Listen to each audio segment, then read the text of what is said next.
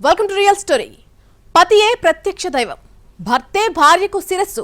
ఇలాంటి మాటలు సూక్తులను కొందరు భార్యామణులు ఉల్టా పల్టా చేసేస్తున్నారు. జంబలకడి పంప మూవీలో పాత్రలోకి పరకాయ ప్రవేశం చేస్తున్నారు.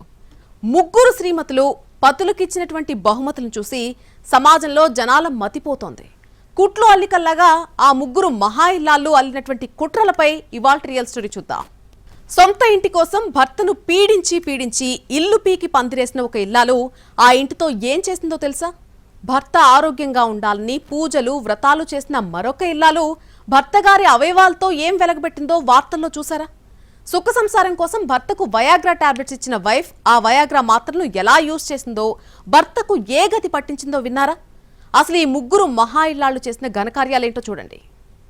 కార్యేషు దాసి కరణేషు మంత్రి భోజ్యేషు మాత రూపేచ లక్ష్మి శయనేషు రంభ క్షమయా ధరిత్రి అంటూ భార్యను గురించి ఎంతో గొప్పగా చెప్పారు పెద్దలు పండితులు.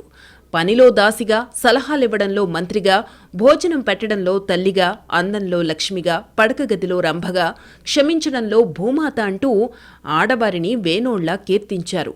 సలహాలివ్వడంలో మంత్రి అంటూ ఆమెకు తెలివితేటలు అపారమని ప్రశంసించారు. అయితే ఈ తెలివితేటలు కొందరు ఆడవారిలో మితిమీరిపోయాయి.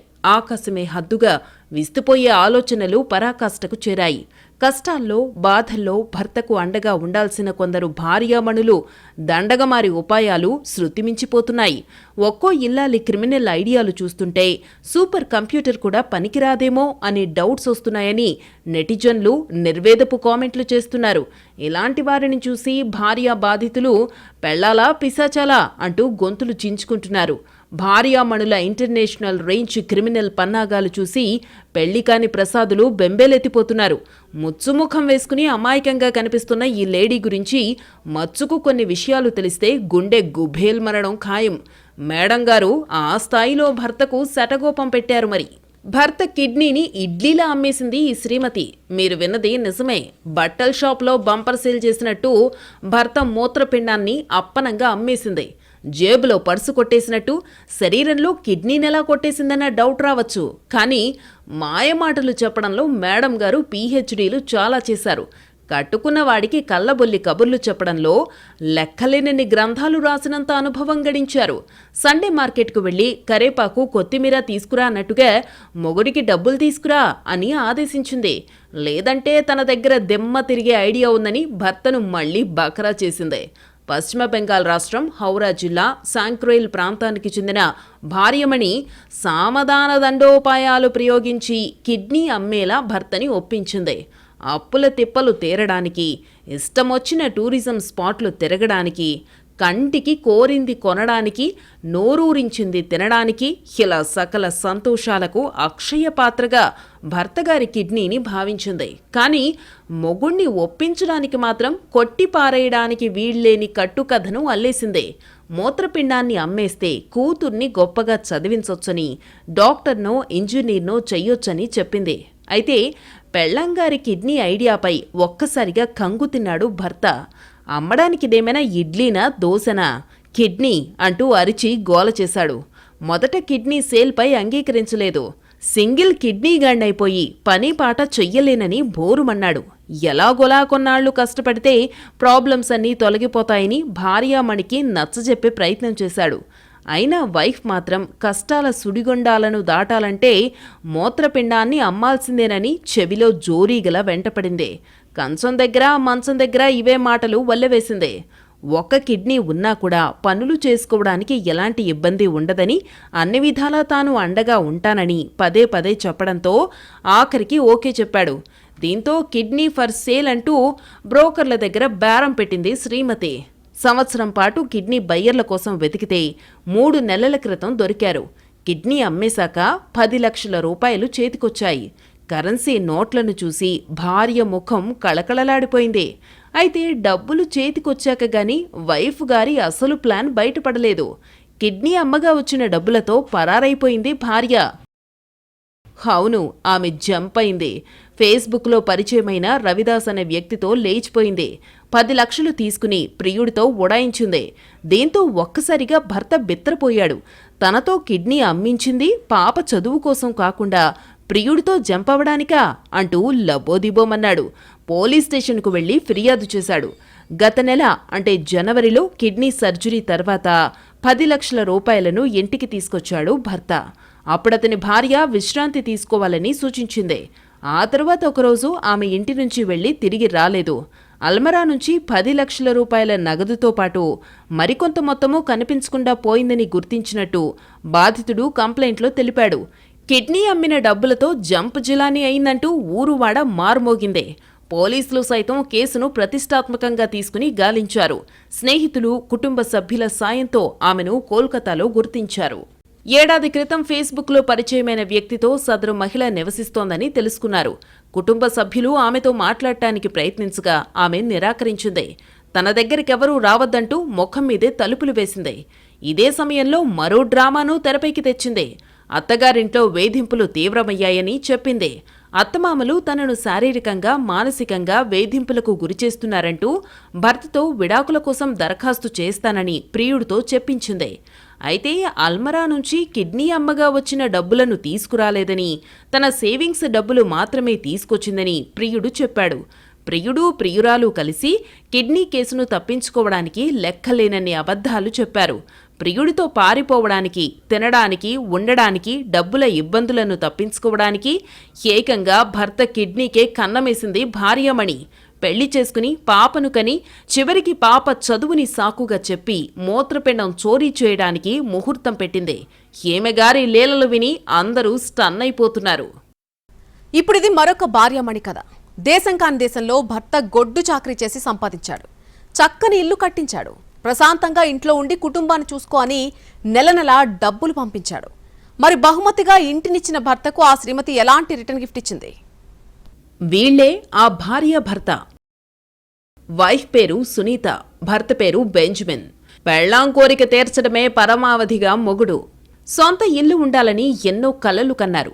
తమకంటూ ఒక శాశ్వత చిరునామా కోసం తపించారు. ముఖ్యంగా భార్య సునీత ఓన్ హౌస్ కోసం అల్లాడిపోయింది.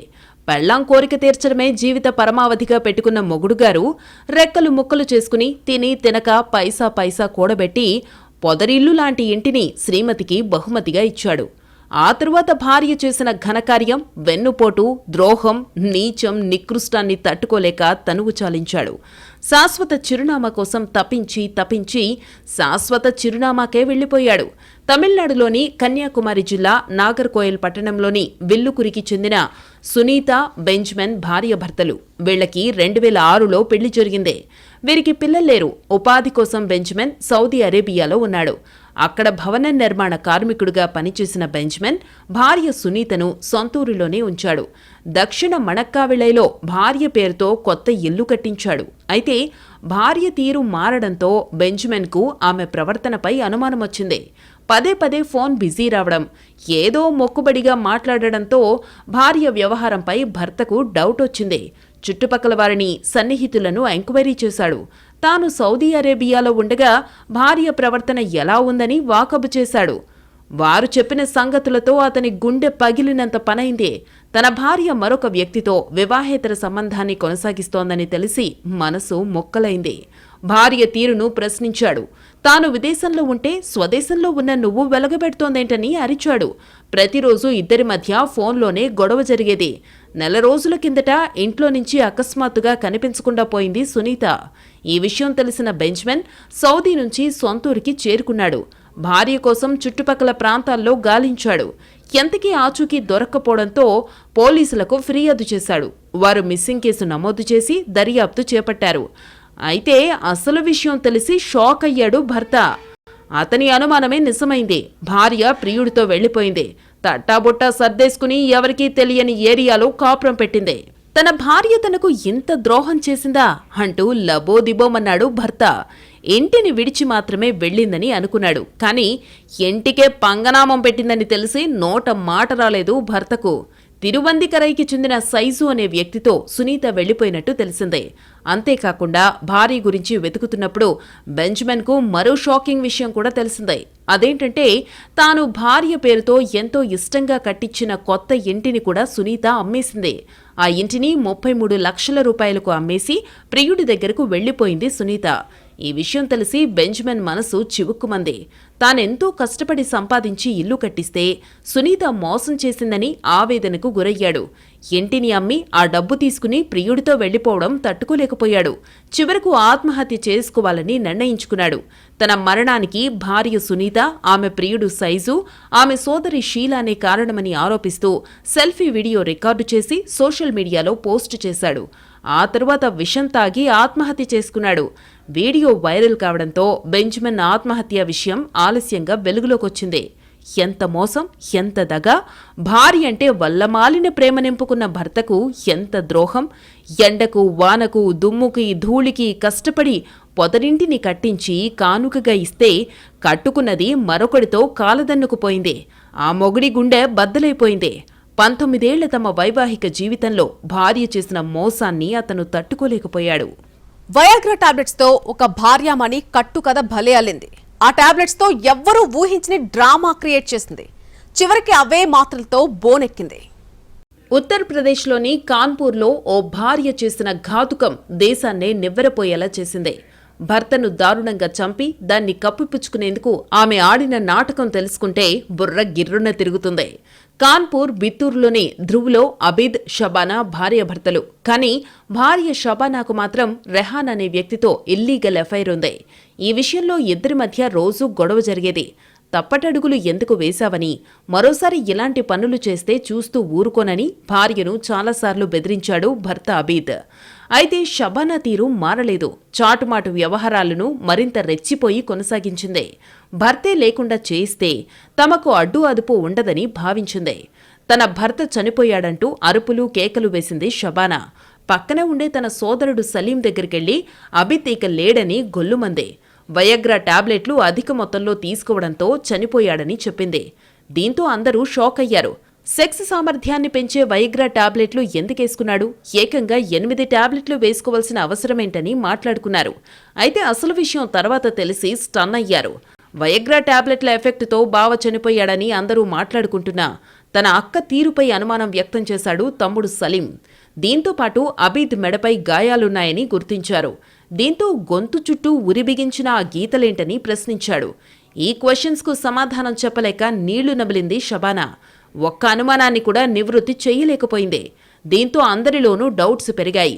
దీంతో షబానాకు స్వయానా తమ్ముడైన సలీం, అక్కతో పాటు ఆమె ప్రియుడు రెహాన్పై అనుమానాలున్నాయని పోలీస్ స్టేషన్లో కేసు పెట్టాడు.